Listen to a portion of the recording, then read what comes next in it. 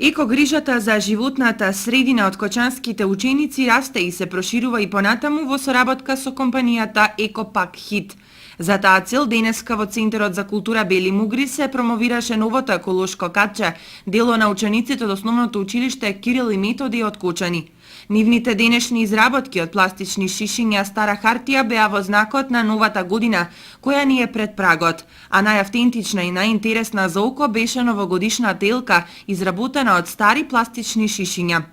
Представниците од компанијата Екопак Хит се задоволни од досегашната соработка со училиштата од Кочани и остварените проекти во тековната година.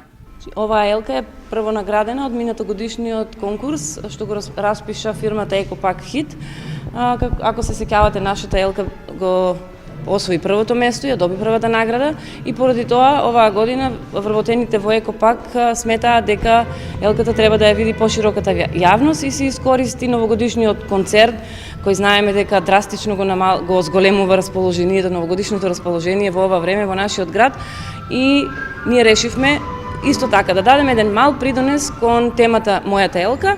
а и да пренесеме преку со тоа и една порака за се по-големото загадување на животната околина